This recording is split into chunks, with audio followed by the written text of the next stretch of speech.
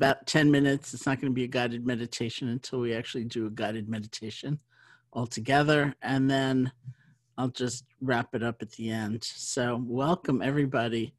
I can see people signing in the chat, hi, Marjorie from France, which is really exciting. And I want to offer gratitude to the Garrison Institute for the opportunity for us to gather, to really come together. So as many of you know, I have a book. It was supposed to come out June 2nd. It's coming out September 1st instead. It's called Real Change. It's about mindfulness and social change, of all things. And because of the delay in it coming out, I have the chance to write a new preface. And so I'm not writing it yet because everything changes so radically each day, but it's on my mind. And because it's on my mind, some of you have heard me say this before, the question that I keep pondering is, what's still true? In chaos, disruption, uproar, grief, sorrow, fear, like what's still true? Like what's the thread that I'm relying on and that I feel we can rely on throughout such difficult and crazy times? And for me, I come back often to the kind of support I get from my own meditation practice, and that I see people being able to be nurtured by and supported by as well. I know some of you are probably very experienced meditators, some of you are brand new, and so I just want to talk about that support and the benefits that I've seen in my own practice, and then guide us through a sitting. So one of the kind of classical benefits of meditation practice, which I'm experiencing very strongly right now, is just an ability to center more, to actually take our energy, which can be so scattered and distracted. And, classically, even they say we often jump to the past and we go over and over and over some situation. And commonly some situation where we now have some regret. But we're not doing that in a useful way, like to figure out how to make amends or just for lessons learned. We're just going over and over and over and over some situation. And I'd say especially right now, we're leaping into the future and we're creating a scenario that has not happened and may never happen. And we're just overcome with anxiety because of that. So one of the main things we do is a kind of foundational exercise in meditation. And foundational doesn't mean you do it once and then you're over it. We keep coming back to it. Is we gather that energy, that kind of scattered, distracted, all over the place energy, and we just gather it together and settle. So that's called concentration, and it is a foundational exercise. There is an art to concentration. Usually we choose an object of awareness. Could be the feeling of the breath, could be a mantra, could be a sound, could be an image, could be loving kindness phrases. We rest our attention on that object, which means we don't grab it and seize it and hold on tight, but we rest our attention on that object. And lo and behold, we discover our minds wander anyway. We go all over the place. And then comes the magic moment, which is the ability to let go and begin again. Just let go and start over. Come back. No blame, no shame. We're not trying to figure out how in the world we ended up thinking what we ended up thinking about.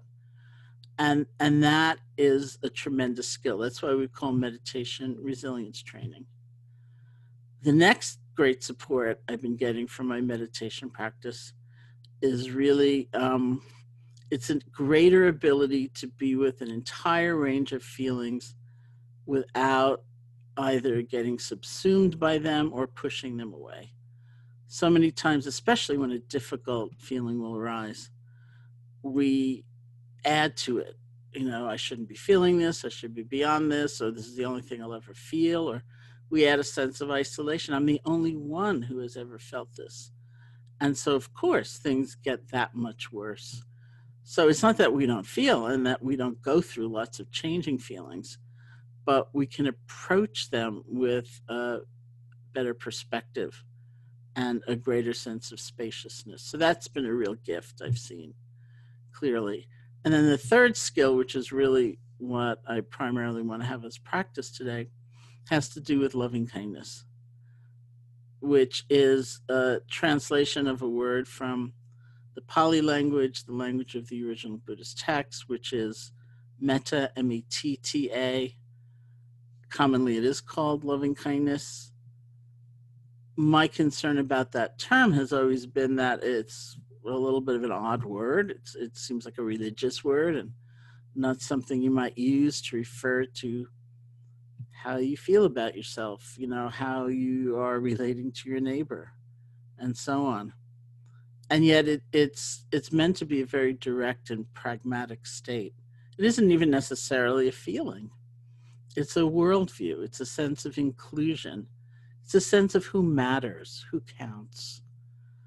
And one of the things that we come to understand is that our lives are inextricably interconnected. However alone we feel, and however, you know, now we're, you know, maybe physically alone, the truth is our lives are all connected. And somebody just sent me a quote of me from, I don't know, 2014 or 2012, because I've been saying this for a long time. The what I said in the quote is, the truth of life is interconnection. It's not like a platitude or just something sentimental. That's how things actually are. And science shows us this, economics shows us this, environmental consciousness shows us this, even epidemiology shows us this. So I said that because I had seen the movie Contagion, which a friend of mine from India days had been a technical advisor on, because he was very influential in the anti-smallpox campaign. And it really struck me. So epidemiology is something I've apparently talked about for a very long time, that what happens over there doesn't nicely stay over there. And what we do, it matters. Where we put our energy, what we care about, what we're devoted to, it matters, because it too will ripple out through these lines of interconnection. And now in some ways we're seeing like one of the terrible faces of interconnection, but the more kind of beautiful face is also true. We can care about others. We can have that sense of recognition of others.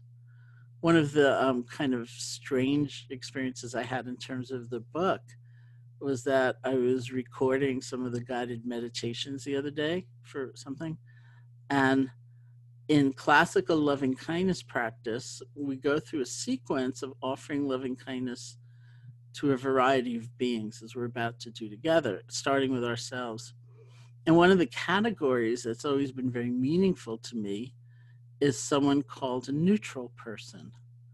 That's somebody we don't like or dislike particularly. We just feel kind of neutral toward them. And we urge people to choose someone in their life, usually playing some role in their life, that, you know, they tend to kind of look through in general. And yet they see that person now and then, so that you can kind of gauge, oh, you know, look at that, I'm feeling a stronger sense of connection. And one of the remarkable things about that phase of loving kindness practice is that you don't necessarily even learn the person's name, but because you're paying attention to them through your meditation differently, that sense of connection grows. So the common example we always give, and I have for years, is, what about the checkout person in the supermarket? They're the kind of person we usually discount. We look right through. We don't care about. We ignore. And so I was reading that out loud, and I thought, oh, wait a minute, you know, this is different. These people are heroic. You know, we're seeing them in a very different light. But in any circumstance, the way we pay attention is going to forge our sense of connection or not. And so it's an opportunity for us to really go much deeper into understanding how connected our lives are, and the ways we can forge a different way of paying attention so that everybody counts, everybody matters. And we recognize that, which is, it's time, that we really did that kind of work. And so it's an opportunity, and I've been tremendously supported by that. In the book also, the forthcoming book, uh, there's a chapter on grief. There's a chapter on moving from grief to resilience. And I quote somebody in there who said, grief is love that doesn't have the normal place to land, right? It doesn't have the familiar object or recipient, whether it's a lifestyle or a person. That's not there. And so what I'm trying to remind myself of is that we're left with the love, that the love is actually intact. It's going to be sorrowful because it doesn't have maybe the familiar place to go, but I can actually cultivate that power of love. And so that's the practice I'd like us to do together. I'm going to start, though, as we sit together, just with the initial practice of resting our attention on the feeling of the breath, because it's also something that we can use in these times when we're caught in a kind of stress reaction of fight, flight, or freeze. We often forget to breathe. And if we spend a few moments in a deliberate practice setting, actually using the breath as a way to ground, then we'll remember more often as we're going throughout our day. So if you want to just sit comfortably, you can close your eyes or not, however you feel most at ease.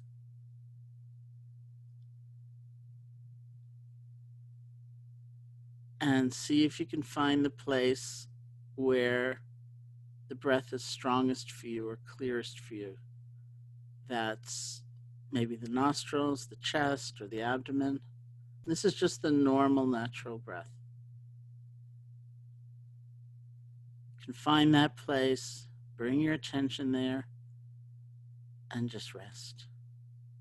See if you can feel one breath.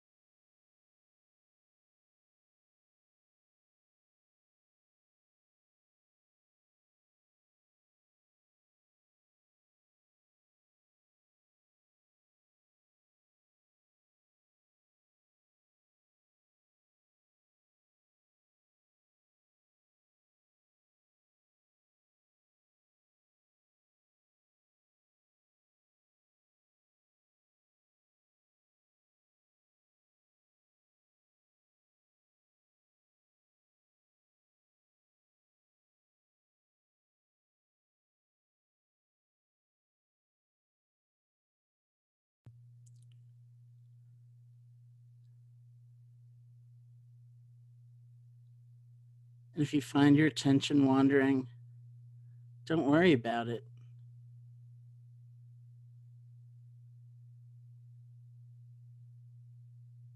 You can recognize that you've been lost or distracted. See if you can let go and begin again.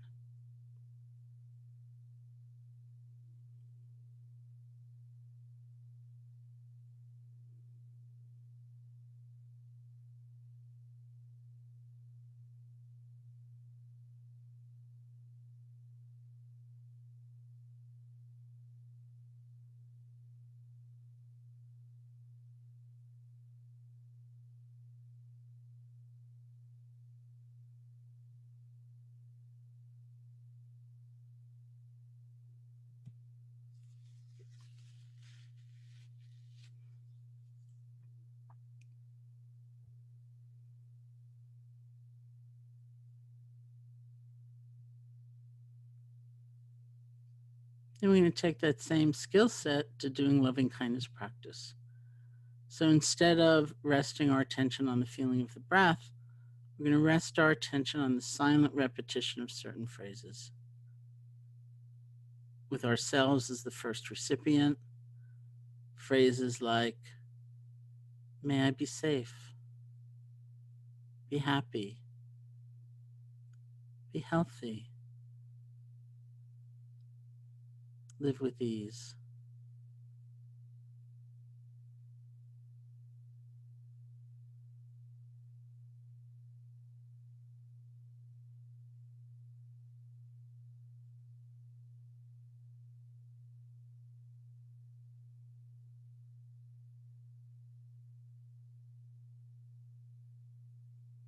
You can repeat the phrases over and over again with enough space and enough silence so that it's a rhythm that's pleasing to you.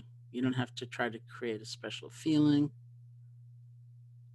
The power of the practice is in the complete wholehearted gathering of all our attention behind one phrase at a time. May I be safe, be happy, be healthy, live with ease. Now, people often say, who am I asking? We're not asking anybody anything. We're gift giving, we're offering. It's like handing someone a birthday card and saying, may you have a great year. May I be safe, be happy, be healthy, live with ease.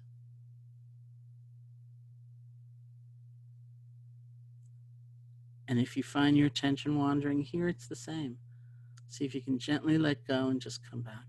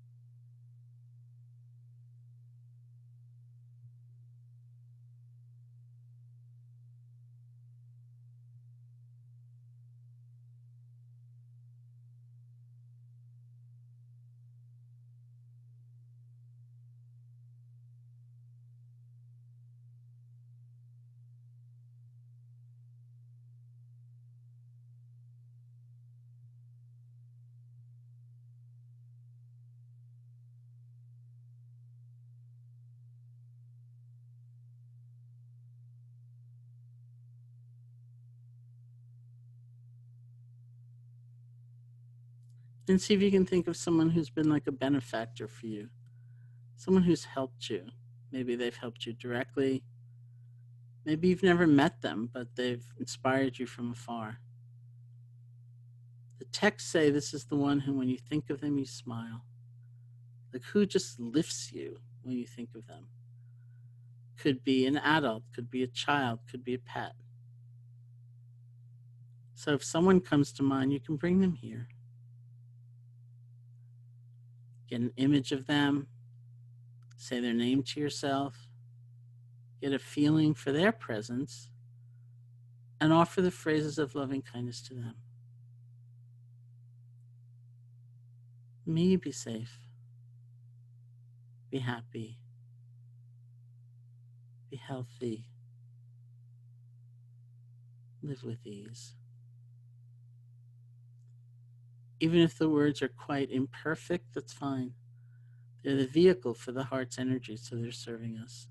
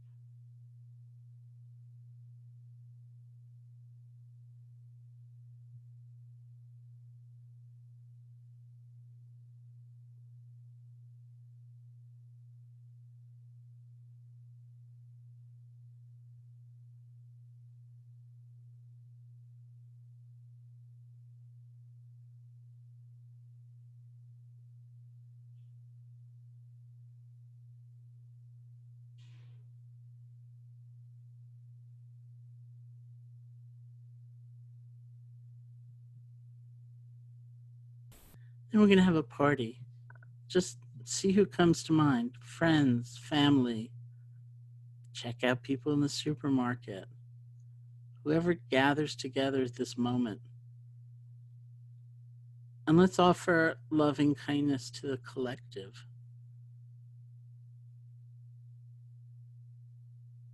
May you be safe, be happy, be healthy, live with ease.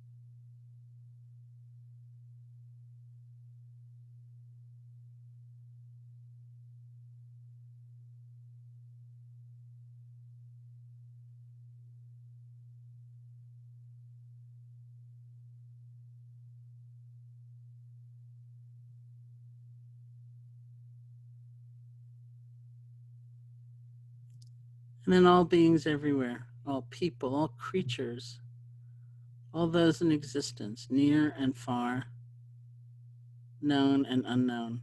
May all beings be safe, be happy, be healthy, live with ease.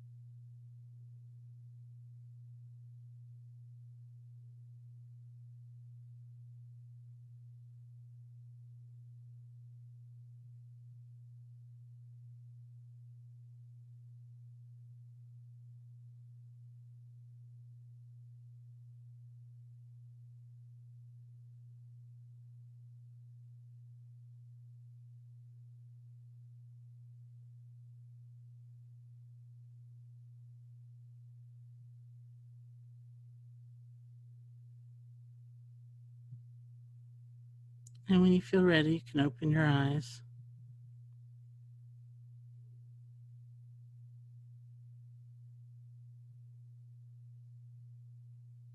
So thank you so much for that.